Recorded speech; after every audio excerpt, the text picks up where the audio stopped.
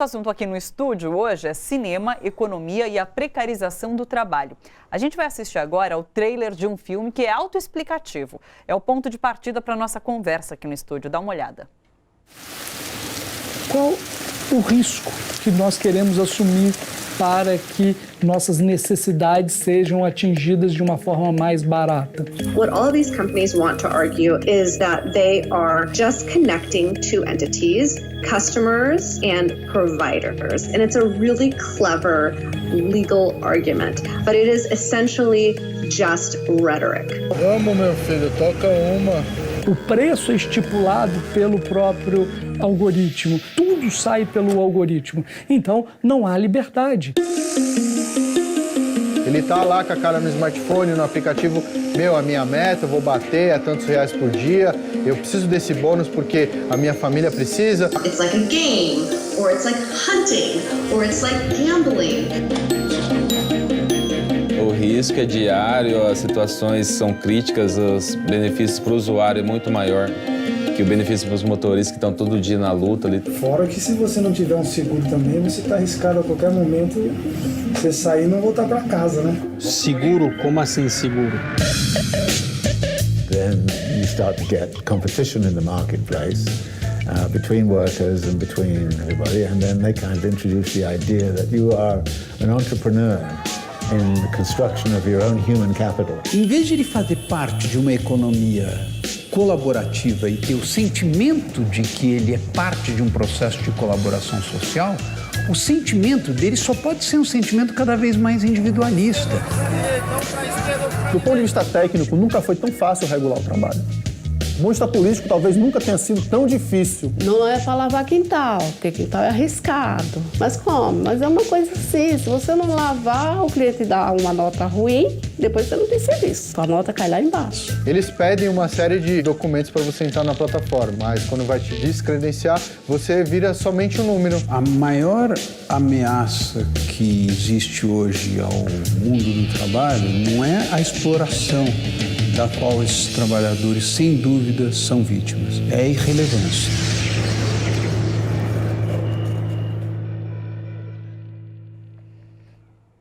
Pois é, aqui no estúdio, para falar desse filme, está conosco o Cauê, um dos diretores do filme.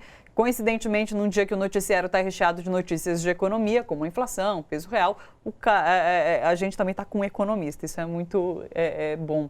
Bom, o que vocês propõem refletir nesse filme? E eu queria que vocês falassem um pouco sobre essa situação do trabalho no momento atual, que é um exemplo do trabalho no século XXI. Fala um pouquinho sobre isso. Boa tarde, eu sou o Cauê, né? Então, esse filme é um filme da Repórter Brasil, sim, que é uma ONG de comunicadores, né? Que trabalha principalmente com trabalho escravo, né? Esse não é um trabalho escravo, mas é um trabalho que precisa de regulação e é um trabalho que está novo, é uma coisa nova que a gente até estava conversando, que assim, a classe média adorou, né? Tudo pelo aplicativo, a praticidade, né? E fazem 2 anos que a gente está tentando fazer esse filme, assim, começamos a conversar de como é que ia fazer. E a nossa ideia inicial era pegar, ir para a Europa, ir para os Estados Unidos e mostrar a realidade deles, que eles estão mais na frente do que a gente dentro dessa nova tecnologia e desse novo sistema de trabalho, né? Mas aí a gente, no meio do processo, começamos a entrevistar algumas pessoas, aí a gente viu que era muito mais fácil já começar, porque já a coisa estava, né, a onda estava quebrando já aqui, né? Então, no nosso filme, por exemplo, a gente escolheu alguns personagens, né? Por exemplo, o motorista, né, por aplicativo, o motoboy, a empregada doméstica, enfim. E aí a gente também, foi uma discussão interna, assim, da criação, de que a gente não precisava de personagens, fatos graves. Não, é uma coisa que está acontecendo com todo mundo. Então, é fácil arrumar personagem. Todo mundo conhece o motorista de Uber hoje, né? É incrível, realmente. Então, o filme, na verdade, é uma troca de informação, assim, sabe? Então, acho que a gente pesquisou durante esses 2 anos o que está acontecendo, como que esse game, né? Como é que funciona a brincadeira. E aqui, esse filme, a gente propõe essa reflexão mesmo vamos parar para pensar, vamos falar sobre, sabe? É o que está acontecendo, não tem regulação mesmo, assim, o próprio Estado, né, ele acaba pagando a conta no final, né, porque o motoboy que antigamente trabalhava para uma empresa, né, ele tinha ali, né, a gente sabe, né, o quanto essas pessoas lutaram pelos direitos, né, e aí da noite para o dia ganhava mais ir para o aplicativo, todo mundo acabou migrando, e aí ficou mais fácil para as empresas, né, e hoje que ele cai que vai para o SUS, sabe, então ele vai para um hospital que no final da conta o governo... Tem uma coisa curiosa, se a gente pensar historicamente, nos tempos do embargo em Cuba, era comum quem visitava a ilha, tomava um táxi, aí de repente quem estava dirigindo era um físico nuclear, um matemático, um engenheiro. Nós estamos chegando nisso também, né? É muito comum, né? Entrar num Uber e você tá com... Tanto, às vezes, né? Você pode estar com uma pessoa muito precarizada que primeiro trabalha, às vezes não sabe nem dirigir, como eu já peguei um Uber, o rapaz não sabia nem dirigir. Eu vim de Itapevi, caí aqui em São Paulo, estou aqui trabalhando. Quanto já peguei também no Rio de Janeiro um escritor que tinha ganhado o Jabuti, sabe? O prêmio Jabuti. Puxa vida, E, Eusébio, como chegamos a esse ponto? Eu acho que primeiro a dizer que eu fui assistir esse filme, o sucesso dele me impediu. Que eu fui lá no Centro Cultural São Paulo, né, no CCBB, e já tinha esgotado, porque, de fato, assim, é muito pertinente analisar e compreender este processo, o que está acontecendo com o trabalho no Brasil e no mundo. Primeiro, não é uma coisa brasileira. Segundo, acho que tem duas questões que são bastante relevantes. Que, primeiro, é a profunda centralidade do trabalho, né? Porque se discutia que o processo de avanço tecnológico ia libertar o homem do trabalho e ao contrário. São pessoas trabalhando 12, 14 horas por dia. Sim. Aí existem os rapazes que pilotam moto, existem os motoristas, agora existem ciclistas. Sim. Ou seja, nós estamos voltando a ter um tipo de trabalho em que o homem fornece a sua força física para o processo de realização do valor. Não é curioso? E a gente olha isso e acho que vale muito a pena a gente perceber que é uma interação entre o moderno e o arcaico, o passado e o futuro, de forma agindo com uma simbiose profunda. Não tem como a gente olhar isso e dizer, não, ser motorista é uma profissão do futuro. Há quantas décadas existem motoristas? O que acontece é que a gente vive um processo em que os avanços tecnológicos permitiram um outro tipo de exploração do trabalho. Mas a reforma trabalhista também tem um papel bastante expressivo nessa precarização do trabalho. A reforma foi aprovada agora pelo governo Temer, né? A reforma trabalhista ela foi determinante para a implementação deste projeto de exploração. Sim. A reforma trabalhista, ela gerou empregos como eles prometiam? Não gerou, eles prometiam duas coisas, geração de emprego e crescimento econômico. A economia declinou e aumento do desemprego e precarização se aprofundou. Então, assim, isso partindo de alguns pressupostos que já eram falsos, de que, já que a gente tem muito problema jurídico, né, com a legislação trabalhista, acabemos com a legislação trabalhista. Se tivermos problemas jurídicos com o trabalho escravo, então, em vez de acabar com o trabalho escravo, acabemos com a legislação que protege os seres humanos, né, de serem escravizados. Então, assim, a reforma trabalhista, ela é determinante para esse projeto, ela é determinante para garantir essa exploração e para uma implementação desenfreada, né? Porque, assim, não restam dúvidas que esses profissionais que no começo do Uber ganhavam muito dinheiro, era uma prática de dumping das empresas. As empresas colocavam dinheiro a mais do que elas recebiam para liquidar com a concorrência e para fazer com que pessoas saíssem dos seus empregos para ofertarem o seu trabalho ali para ter uma renda razoável. Sim. O que não se realiza hoje. Né? Não se realiza. Agora, Eusébio, o que a gente percebe é que, por exemplo, a pessoa que é pobre, está abaixo da classe média, tal, ela parece, da maneira como as coisas estão configuradas, dá a impressão que ela para sempre vai ficar naquele estágio. Porque, por exemplo, um jovem com quem você trabalha muito, lida com um assunto, que está lá 16, 17 anos, não consegue emprego, ele também não consegue estudar. ao mesmo tempo, que ele não tem dinheiro nem para transporte, para se alimentar, nada. Ou seja, ele está destinado realmente do subemprego, né? Fica uma coisa quase fatalista. O que vai se fazer é esse tipo de economia, esse tipo de mercado de trabalho, ele promove uma profunda segregação, né? Então, assim, uma desigualdade. A desigualdade vai crescer demais. O que se considera que é a polarização do mercado de trabalho. Então, o que se dizia que era o trabalho, a sociedade do conhecimento, Sim. na verdade, é a sociedade dos bicos e do trabalho amador. Sim. Então, é um sujeito que ele tem que compor a sua renda fazendo um monte de pequenos bicos, um monte de pequenas ocupações, e ele não se especializa em nada, e isso impossibilita o jovem, sobretudo, de construir uma trajetória profissional. A trajetória que fazia com que ele começasse com ocupações mal remuneradas e no transcorrer da vida ele fosse ampliando a sua experiência, né, a sua decisão, suas escolhas profissionais e o seu salário. Sim. Então, isso, ele se depara frente a pessoas com mais idade. Então, quem tiver mais desenvoltura para questões tecnológicas tende a receber um pouco mais. Então, a gente cria uma situação em que os jovens podem estar recebendo um pouco mais do que as pessoas com mais idade. E isso, na verdade, é só uma expressão de que o conhecimento e a trajetória diz pouco sobre o quanto você vai ganhar ali na frente.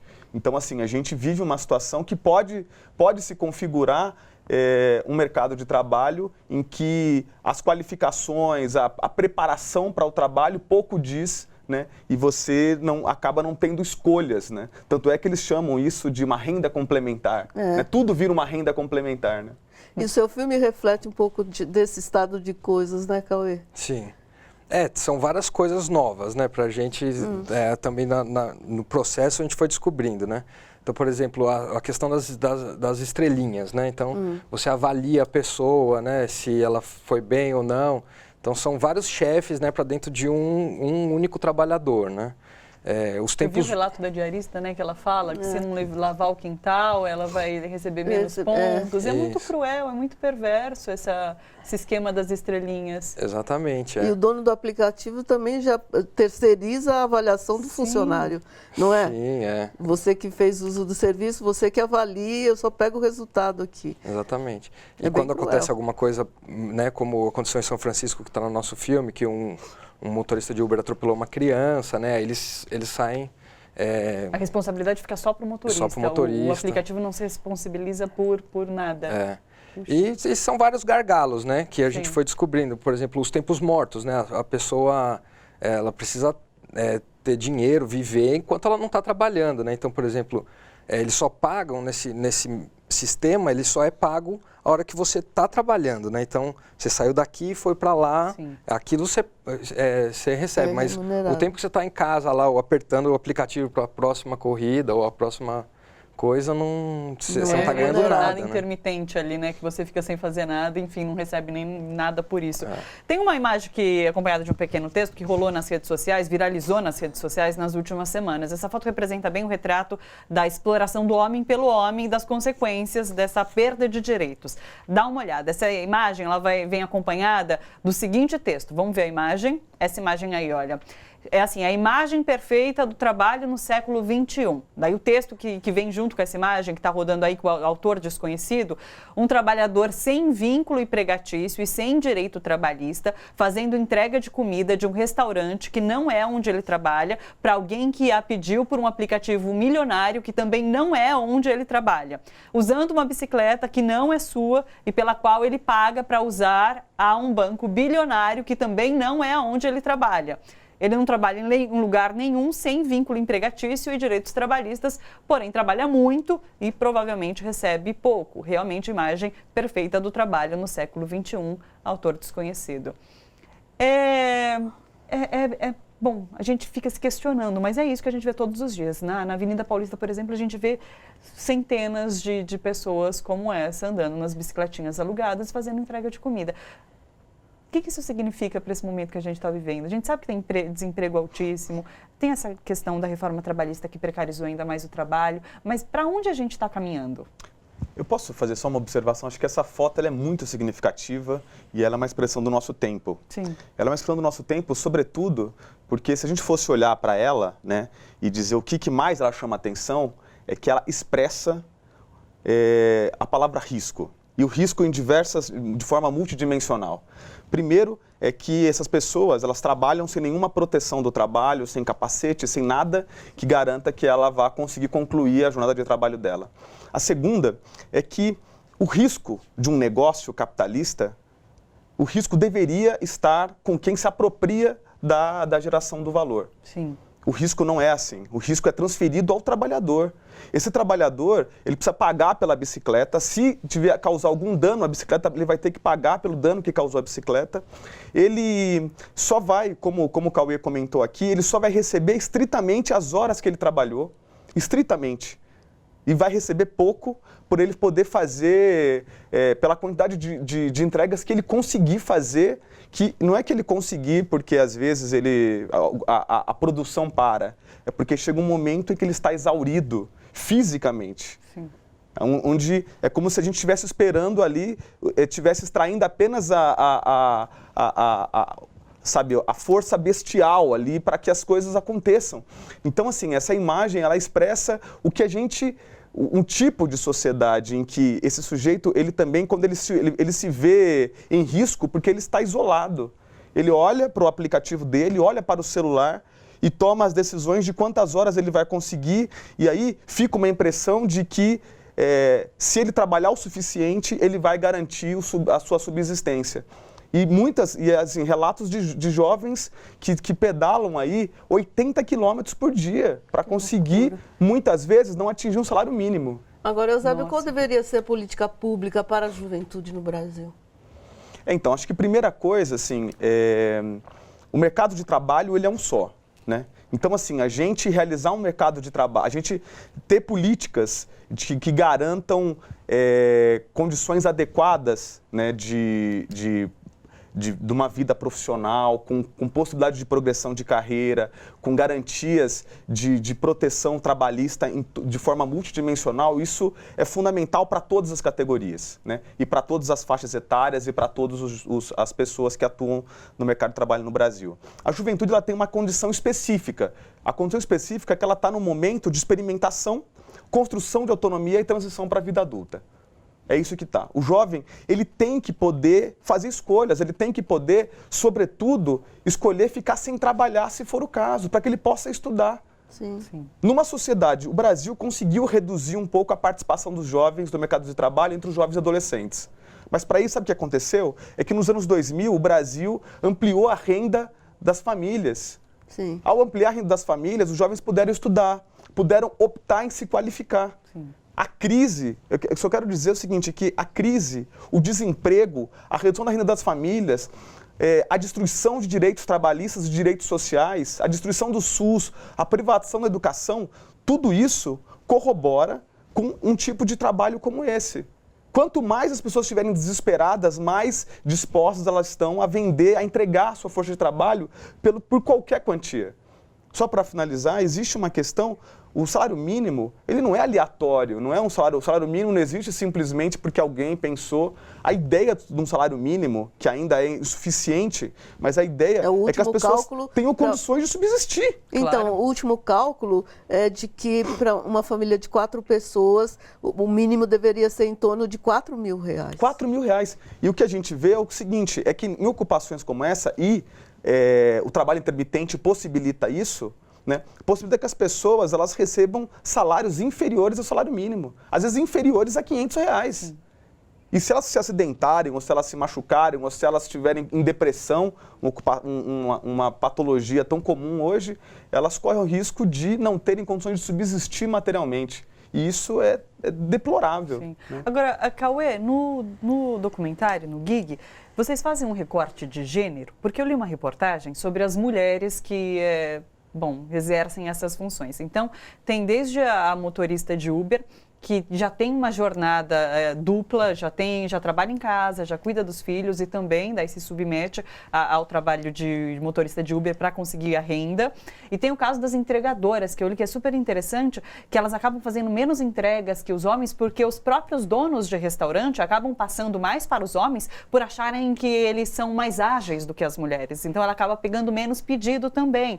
Então existe um recorte de gênero no documentário? Não, assim, a gente tentou mostrar essa palheta de vários empregos, mas acho que o principal do documentário acho que é mais essa troca de experiência, de ideias, do que está acontecendo. A gente não abordou muito, porque é tudo muito novo, né? Tem muito assunto para fazer mesmo. Sim. Mas enfim, tem, como fala? Nas entrevistas que vocês fizeram, vocês acabaram conversando com muito mais homens que passaram essas experiências. Tem a empregada doméstica, sim, né, que é a diarista. Teve uma menina que fazia de bicicleta, que a gente fez, só que estava meio no começo, assim. Quando a gente estava fazendo o filme, essas bicicletas não estavam ainda nesse auge, assim, né? Eram mais os motoqueiros. Agora não, agora as bicicletas estão aí e tudo. Mas não, um recorte de gênero não tem, assim. A gente tentou mais mostrar como está acontecendo isso lá fora, como está acontecendo aqui. Você viu diferenças entre o que está acontecendo lá fora e o que está acontecendo aqui? Lá fora eles já estão se organizando para criar leis e criar... Sim, regulamentar. Então, regulamentar. Então, na Espanha teve, no próprio Estados Unidos, em algumas cidades. E eu acho que o debate é esse mesmo, de trazer essa informação, de fazer as pessoas... Acho que por isso que o filme está fazendo esse sucesso, assim, né? Porque acho que é tudo muito novo. Nunca ninguém não, né? Mas as pessoas não estavam parando para pensar sobre isso, sabe? Sim, é um debate bem do momento agora. E eu acho que depois que a gente lançou o trailer, a gente veio puxando isso, sabe? Sim. Então a gente fez matéria para Folha, ajudamos, fizemos matéria para a BBC. Então a gente está trazendo um tema... através disso, assim. E é isso, acho que como tem mutação esse assunto também, enfim, assistam o filme. Agora, Cauê, a gente estava falando, desculpa, só rapidamente, emendando aqui com o que o Cauê estava falando, da transformação do trabalho num videogame, praticamente, né? A gamificação do trabalho, né? A gente também fala isso. Disso, das pessoas, das empresas, né, contratarem psicólogos e como fazer as pessoas se tornarem viciados em trabalho, assim, né? E achar que é um game mesmo que você está ali. E é isso, e de ficar te dando bônus, né? Use o tal aplicativo, ganhe tanto, finalize tantas rotas e você vai ganhar. Então, vira uma gamificação do trabalho, isso é um termo, né, que os especialistas usam, tudo. Mas só do usuário ou de quem trabalha pelo aplicativo também? De quem trabalha. Não, de quem trabalha, exatamente.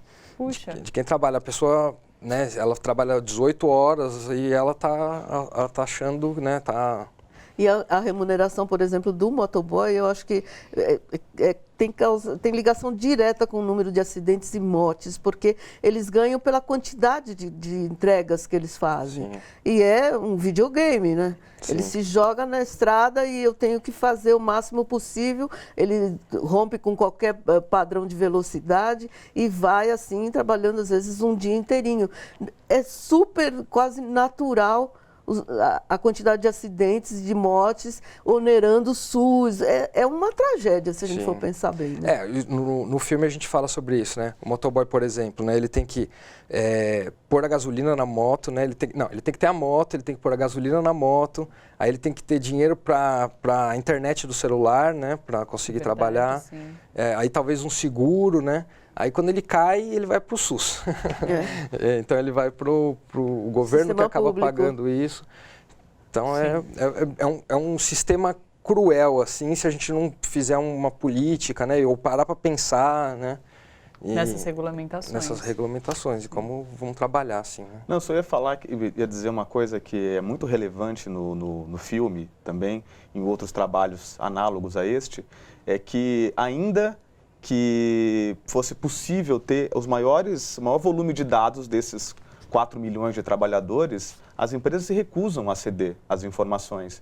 Então, ter registros como esse filme são fundamentais para que a gente consiga fazer estudos futuramente. Sim. Porque a gente poderia saber quantas mulheres têm, quais são os riscos que elas correm, elas reportam cada vez que elas sofrem algum tipo de assédio, algum tipo de... E as empresas simplesmente se calam, escondem, né? Sim. Não, a gente mesmo tentou entrevistas, né? Tentamos saber o lado de cada empresa também. Assim, a gente citou nesse filme só a Uber, mas não a Uber, porque a gente não é contra a Uber. A gente só está falando de um sistema precarizado de pessoas sendo, né, estranguladas, né? Então, enfim, esse é o caminho do filme, assim, a sabe? Uber conversou com vocês? Não, também não. Eles mandaram, falaram que não tinham uma pessoa para falar com a gente, o porta-voz. Sim. Mas, assim, tudo do filme, mais informações estão no site, né, da GIG, a uberização do trabalho, e no site da Repórter Brasil também. Aí lá tem a carta que eles mandaram para a gente, as respostas, porque a gente queria, né, também saber esse outro lado. Como pensa. Agora, existe um lugar físico aqui, a Uber? Existe alguns lugares. Assim, por exemplo, quando eles chegam numa cidade, eles abrem um escritório, eles cadastram os motoristas que querem fazer, né? Eles fazem um lançamento. Tem aqui em São Paulo também, tem... Mas deve ser uma coisa mínima. São escritórios, né? Desses grandes escritórios, nas grandes avenidas. Sim. Tem um depoimento que mais te marcou durante... Tem, né? Tem várias coisas, assim, tem... Por exemplo, o motoboy que estava em cima da cama, né? Numa favela, em Guarulhos, com a perna arrebentada, aí você vê a situação da família, né? Você vê que ele não tem muito como sair dali, o que ele tinha era uma moto, que agora está toda torcida na garagem, sabe? Esse tipo de depoimento. Esse tipo de depoimento. Por exemplo, o nosso personagem, que é o motorista, né, de aplicativo, ele estudou na USP, sabe? Ele se formou, é um cara estudado, sabe muito bem dessa precarização, né? Mas ele também não tem muita solução. Foi o jeito de pagar as contas, entendeu? Sim. Claro. Agora, Eusébio, com essa uberização aí generalizada, quem perde mais é o jovem ou é o trabalhador que já tem mais idade? Ou todo mundo perde? Assim, vale dizer, né, que o Brasil, ele tem, como na gênese do nosso mercado de trabalho, ela é marcada pelo alto desemprego, baixos salários e alta rotatividade. E grande informalidade, ou se preferir, né, de forma mais precisa, de subemprego. Então, isso é uma característica do nosso mercado de trabalho. A gente, quando aboliu a escravidão no Brasil, a gente, em vez de ocupar as pessoas que tinham sido escravizadas, a gente resolveu importar força de trabalho. Sim. Então, a gente sempre manteve um volume muito grande de trabalhadores que ficavam à margem do mercado de trabalho. E isso sempre foi funcional para a nossa economia. Foi funcional porque mantinha os serviços, né, a pessoa, por um preço muito barato, né? Então, não é à toa que durante os anos 2000, quando se discutiu a regularização das empregadas domésticas, ou do trabalho doméstico, né? Que foi aquele frenesi, aquela questão assim, mas como assim a gente vai fornecer às empregadas parte dos direitos trabalhistas? Isso criou um escândalo.